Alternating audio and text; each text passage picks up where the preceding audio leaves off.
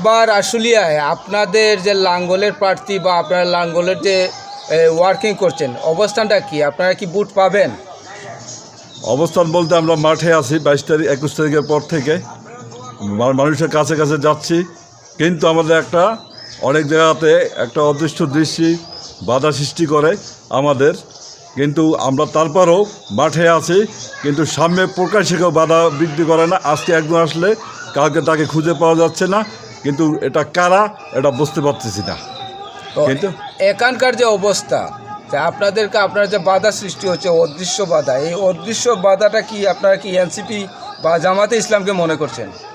না, ওটা নির্ধারিত নাম বলতে পারতেছি না, যেহেতু তারা মাঠে আছে, আর কয়েকটা দল মানে তারা করতে পারে, কিন্তু নির্দিষ্ট নাম বলা অসম্ভব হয়ে যাচ্ছে, যেহেতু অদৃষ্টি মানে আমরা জানতে পারতেছি না, এই কারণে। জাতীয় পার্টি কি জামাতে ইসলামের এনসিপির উপরে কি শাপলাকলি প্রতীকের বেশি কি ভোট পাবে? অবশ্যই পাবো। আপনাদের রিজার্ভ তো ভোট ছিল, আগে ছিল 45 থেকে 50,000 ভোট ছিল সাভার আশুলিয়ায়। এখন বর্তমানে আপনারা কি রকম মনে করছেন? আশাবাদী, যদি ভোট কেন্দ্রে ভোটাররা যাইতে পারে, সুষ্ঠু নির্বাচন যদি হয়, ইনশাল্লাহ আমরা বিপুল ভোটে আমাদের প্রার্থী বাহাদুর ইসলাম ইমতিয়াজ ভাই বিপুল ভোটে বিজয়ী হবে ইনশাল্লাহ।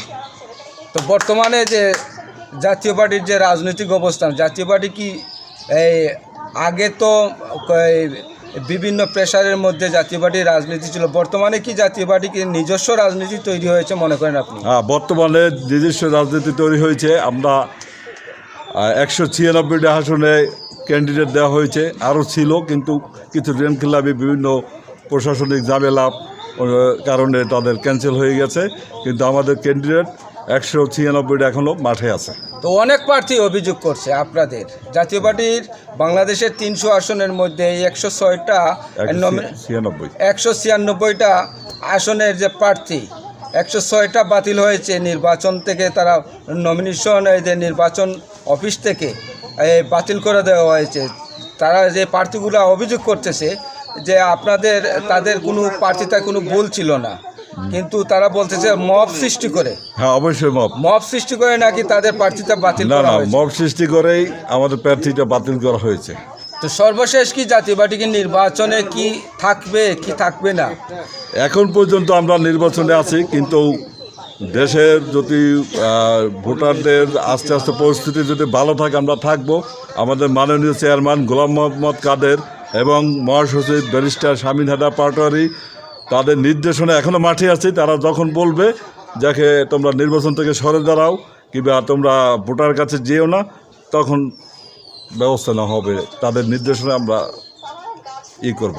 তো জাতীয় পার্টি কি সর্বশেষ যা আপনাদের সিদ্ধান্ত কেন্দ্রের মধ্যেই আছে, কেন্দ্র থেকে যা নির্দেশনা আসবে তাই? হ্যাঁ, অবশ্যই তাই হবে, তাই ওইভাবে আমরা কাজ করব।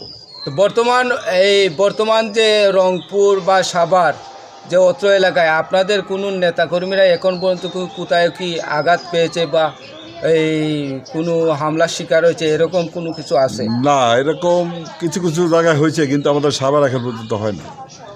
ধন্যবাদ আপনাকে।